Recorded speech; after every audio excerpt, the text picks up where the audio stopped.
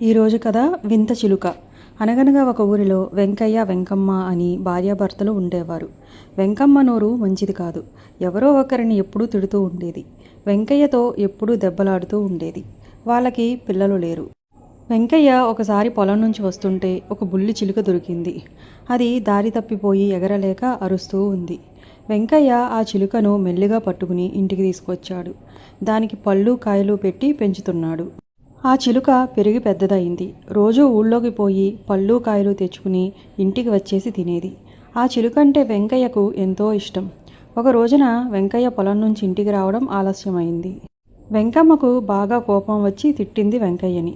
అప్పుడు జామపండు తెచ్చుకుని తింటున్న చిలుక సరదాగా అక్కయ్య అక్కయ్య అని పిలిచింది. అసలే కోపంగా ఉన్న వెంకమ్మకు సరదాగా ఉన్న చిలుకను చూసి కోపం మరీ ఎక్కువైంది. వెంకయ్య మీద ఉన్న కోపం అతనికి ఇష్టమైన చిలుక మీద తీర్చుకోవాలి అనుకుంది. గబగబా చిలుక దగ్గరికి వెళ్ళి ఒక కత్తెర తెచ్చి దాని నాలుక కత్తిరించేసింది. పాపం చిలుక నొప్పుతో ఏడుస్తూ ఉంది. రక్తం కారిపోతూ ఉంది. పో, నాకు కోపం వస్తే నీకు సరదాగా ఉందా? ఎక్కడికి పోతావో పో. నా ఇంటికి వచ్చావంటే చంపేస్తాను అని అంది. నీకు నాలుక ఉంటే పండ్లు కాయలు తెచ్చుకుని తింటున్నావు. అందుకే ఇంకా అలా చేయకుండా నీ నాలుక కోసేశాను. పో అని వెంకమ్మ చిలుకను విసిరేసింది. పాపం చిలుక నోటి వెంట రక్తం కార్చుకుంటూ ఏడుస్తూ పోయింది. సాయంత్రం వెంకయ్య ఇంటికి వచ్చి చూసుకుంటే చిలుక లేదు. నేల మీద రక్తం కనపడింది. వెంకయ్య భార్యను అడిగాడు. ఆవిడ వెంకయ్యని తిట్టిపోసింది. చిలుకకి నాలుక కోసి పడేసా అని కూడా చెప్పింది. పాపం వెంకయ్యకు చాలా కోపం వచ్చింది. అయినా భార్య నోటికి భయపడి ఏమీ అనకుండా ఊరుకున్నాడు. చాలాసేపు చిలుక కోసం బాధపడ్డాడు. ఊరంతా వెతికాడు. తనకు ఎంతో ఇష్టమైన చిలుక కనిపించలేదు. బాధతో ఇంటికి వచ్చేశాడు. వెంకమ్మతో మళ్ళీ దెబ్బలాడాడు. వెంకమ్మ మరీ ఎక్కువగా తిట్టింది. కొన్నాళ్ళు వెంకమ్మతో మాట్లాడడం మానేశాడు. పాపం చిలుక కోసం బెంగ పెట్టుకున్నాడు వెంకయ్య. అలా చాలా రోజులు గడిచాయి. చిలుక మళ్ళీ రాలేదు. ఒకరోజు వెంకయ్య ఏదో పని మీద పొలాల నుంచి పోతున్నాడు. అక్కడ ఒకచోట అక్కయ్య అక్కయ్య అని అరుపు వినిపించింది. తన చిలుక జ్ఞాపకానికి వచ్చింది. అటు ఇటు చూశాడు. ఇదిగో ఇక్కడ అని పిలుపు వినిపించింది. అటు చూశాడు. తన బుల్లి చిలుకే పెద్దదయింది. తన దగ్గరకు వచ్చి దండం పెట్టింది. వెంకయ్యకు దాన్ని చూసేసరికి ఎంతో సంతోషం కలిగింది.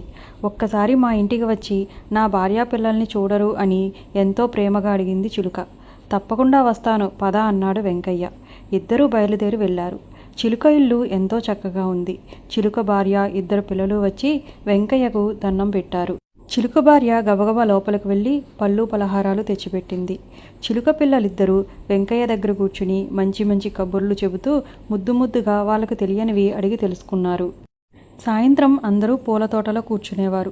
తన చిలుక ఇల్లు తోట అంతా చూసి వెంకయ్య ఎంతో సంతోషించాడు. తను వెళ్ళవలసిన పని మర్చిపోయాడు. ఇంటి సంగతి కూడా మర్చిపోయాడు. 4 రోజులైన తర్వాత ఇంటి సంగతి జ్ఞాపకం వచ్చింది. నేనింకా వెళ్ళిపోవాలి. ఇప్పటికే చాలా రోజులైంది అన్నాడు వెంకయ్య.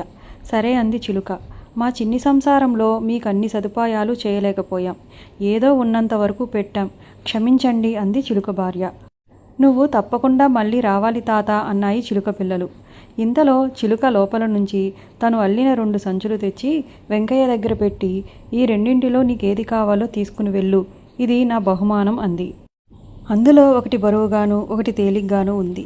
చిలుక తనకు చేసిన గౌరవానికి సదుపాయానికి ఎంతో సంతోషించి వెంకయ్య తేలికైన సంచి తీసుకుని తనకు అదే చాలు అన్నాడు. సరే వెళ్ళి వస్తానని చెప్పి ఇంటికి వెళ్ళిపోయాడు. వెంకయ్య ఇంటికి వచ్చేసరికి వెంకమ్మ చాలా కోపంగా ఉంది. నన్ను వదిలేసి ఇన్నాళ్ళు ఎక్కడికి పోయావు అని తిట్టింది. వెంకయ్య చిలుక కనపడిన దగ్గర నుంచి జరిగిందంతా చెప్పాడు. తాను తెచ్చిన సంచి భార్య ముందు పడేసి చిలుక దానిని తనకు బహుమానంగా ఇచ్చిందని చెప్పాడు. తొందరగా విప్పి చూసింది వెంకమ్మ. అందులో ఇంకో సంచి ఉంది. దాని నిండా డబ్బులు ఉన్నాయి. చాలా విలువైన బంగారు నగలు, వెండి సామాన్లు ఉన్నాయి. మంచి మంచి బొమ్మలు ఉన్నాయి. ఇవన్నీ చూసి వెంకయ్య మురిసిపోయాడు. వెంకమ్మ కూడా ఆనందపడింది. కానీ వెంకయ్య మీద కోపం వచ్చింది. బరువైన సంచి తీసుకోకుండా తేలికైన సంచి తీసుకొచ్చాడని. బరువైన సంచి తెస్తే అందులో ఇంకా ఎక్కువ డబ్బు ఉండేది. నీకు తెలివితేటలు లేవు అని దెబ్బలాడింది వెంకయ్యతో. వెంకయ్య మనకు ఇదే చాలు అని తృప్తిపడ్డాడు.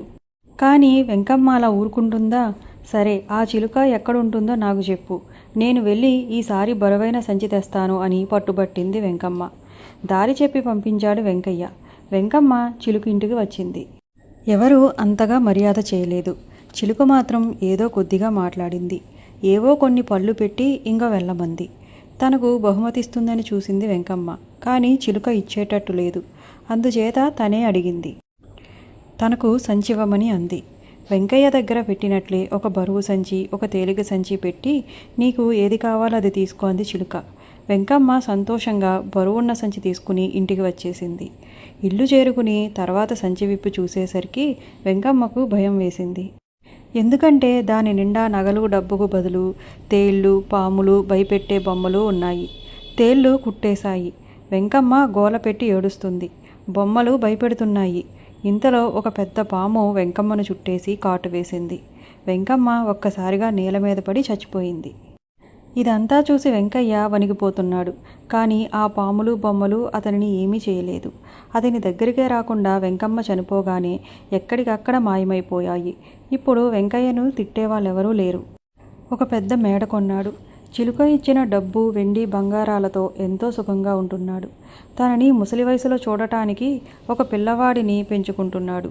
అప్పుడప్పుడు చిలుక దగ్గరకు వెళ్ళి వస్తూ ఉండేవాడు.